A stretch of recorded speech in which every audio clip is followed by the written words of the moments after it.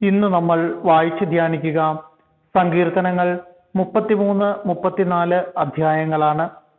അധ്യായം 33. സൃഷ്ടാവും പരിപാലകനുമായ ദൈവം. നീതിമാന്മാരെ കർത്താവിൽ ആനന്ദിക്കുവിൻ. സ്തോത്രം ആലപിക്കുന്നത് നീതിമാന്മാർക്ക് യുക്തമാണല്ലോ.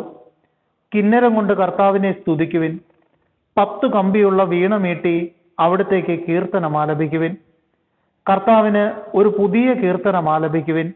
ഉച്ചത്തിൽ ആർപ്പുവിളികളോടെ വിദഗ്ധമായി തന്ത്രി മീട്ടുവിൻ. കർത്താവിന്റെ വചനം സത്യമാണ്, അവിടുത്തെ പ്രവൃത്തി വിശ്വസനീയമാണ്. അവിടുന്ന് നീതിയും ന്യായവും ഇഷ്ടപ്പെടുന്നു. കർത്താവിന്റെ കാരുണ്യം കൊണ്ട് ഭൂമി നിറഞ്ഞിരിക്കുന്നു. കർത്താവിന്റെ വചനത്താൽ ആകാശം നിർമ്മിക്കപ്പെട്ടു. അവിടുത്തെ കൽപ്പനയാൽ ആകാശഗോളങ്ങളും. അവിടുന്ന് സമുദ്രജലത്തെ ഒരുമിച്ചു കൂട്ടി. ആഴങ്ങളെ അവിടുന്ന് കലവറകളിൽ സംഭരിച്ചു. ഭൂമി മുഴുവൻ കർത്താവിനെ ഭയപ്പെടട്ടെ. ഭൂവാസികൾ അവിടുത്തെ മുൻപിൽ ഭയത്തോടെ നിൽക്കട്ടെ.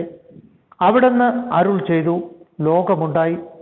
അവിടുന്ന് കൽപ്പിച്ചു, അത് സുസ്ഥാപിതമായി. കർത്താവ് ജനതകളുടെ ആലോചനകളെ വ്യർത്ഥമാക്കുന്നു. അവരുടെ പദ്ധതികളെ അവിടുന്ന് തകർക്കുന്നു.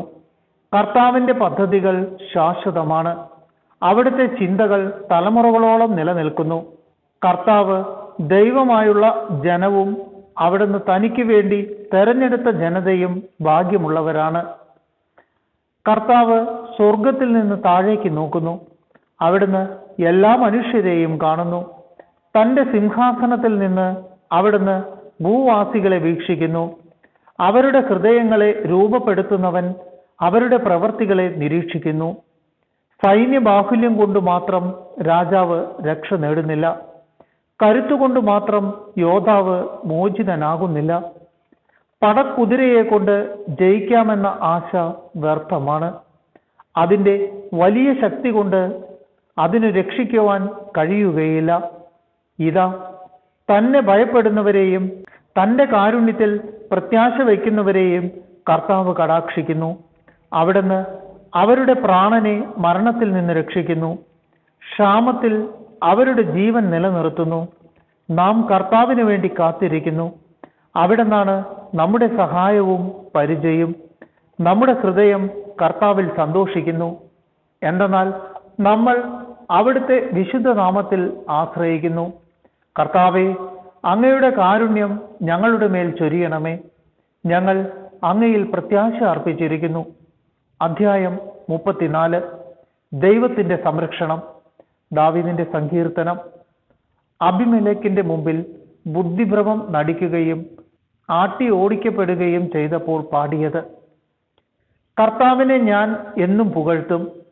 അവിടുത്തെ സ്തുതികൾ എപ്പോഴും എൻ്റെ അധരങ്ങളിലുണ്ടായിരിക്കും. കർത്താവിൽ ഞാൻ അഭിമാനം കൊള്ളുന്നു. പീഡിതർ കേട്ട് ആനന്ദിക്കട്ടെ. എന്നോടൊത്ത് കർത്താവിനെ മഹത്വപ്പെടുത്തുവിൻ. നമുക്കൊരുമിച്ച് അവിടുത്തെ നാമത്തെ സ്തുതിക്കാം. ഞാൻ കർത്താവിനെ തേടി, അവിടുന്ന് എനിക്ക് ഉത്തരമരുളി. സർവഭയങ്ങളിലും നിന്ന് അവിടുന്ന് എന്നെ മോചിപ്പിച്ചു. അവിടുത്തെ നോക്കിയവർ പ്രകാശിതരായി. അവർ ലജ്ജിതരാവുകയില്ല. ഈ എളിയവൻ നിലവിളിച്ചു, കർത്താവ് കേട്ടു. എല്ലാ കഷ്ടതകളിലും നിന്ന് അവനെ രക്ഷിക്കുകയും ചെയ്തു.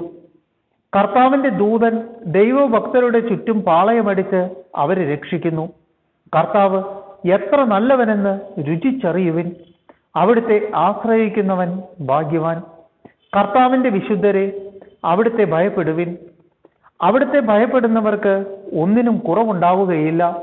സിംഹക്കുട്ടികൾ ഇര കിട്ടാതെ വിശന്നു വലഞ്ഞേക്കാം. കർത്താവിനെ അന്വേഷിക്കുന്നവർക്ക് ഒന്നിനും കുറവുണ്ടാവുകയില്ല. മക്കളെ, ഞാൻ പറയുന്നത് കേൾക്കുവിൻ. ദൈവഭക്തി ഞാൻ നിങ്ങളെ പരിശീലിപ്പിക്കാം. ജീവിതം ആഗ്രഹിക്കുകയും സന്തുഷ്ടമായ ദീർഘായുസ് അഭിലഷിക്കുകയും ചെയ്യുന്നുവോ? തിന്മയിൽ നിന്ന് നാവിനെയും വ്യാജഭാഷണത്തിൽ നിന്ന് അധരങ്ങളെയും സൂക്ഷിച്ചു കൊള്ളുവിൻ. തിന്മയിൽ നിന്ന് അകന്ന് നന്മ ചെയ്യുവിൻ. സമാധാനം അന്വേഷിച്ച് അതിനെ പിന്തുടരുവിൻ. കർത്താവ് നീതിമാന്മാരെ കടാക്ഷിക്കുന്നു. അവിടുന്ന് അവരുടെ വിലാപം ശ്രവിക്കുന്നു. ദുഷ്കർമ്മികളുടെ ഓർമ്മ ഭൂമിയിൽ നിന്ന് വിച്ഛേദിക്കാൻ കർത്താവ് അവർക്കെതിരെ മുഖം തിരിക്കുന്നു. നീതിമാന്മാർ സഹായത്തിന് നിലവിളിക്കുമ്പോൾ കർത്താവ് കേൾക്കുന്നു. അവരെ സകലവിധ കഷ്ടതകളിലും നിന്ന് രക്ഷിക്കുന്നു. ഹൃദയം നുറുങ്ങിയവർക്ക് കർത്താവ് സമീപസ്ഥനാണ്. മനമുരുകിയവരെ അവിടുന്ന് രക്ഷിക്കുന്നു. നീതിമാന്റെ ക്ലേശങ്ങൾ അസംഖ്യമാണ്. അവയിൽ നിന്നെല്ലാം കർത്താവ് അവനെ മോചിപ്പിക്കുന്നു. അവന്റെ അസ്ഥികളെ കർത്താവ് കാത്തു സൂക്ഷിക്കുന്നു. അവയിൽ ഒന്നുപോലും തകർക്കപ്പെടുകയില്ല. തിന്മ ദുഷ്ടരെ സംഹരിക്കും. നീതിമാന്മാരെ ദ്വേഷിക്കുന്നവർക്ക് ശിക്ഷാവിധിയുണ്ടാകും. കർത്താവ് തന്റെ ദാസരുടെ ജീവനെ രക്ഷിക്കുന്നു. അവിടുത്തെ ശരണം പ്രാപിക്കുന്നവർ ശിക്ഷയ്ക്ക് വിധിക്കപ്പെടുകയില്ല.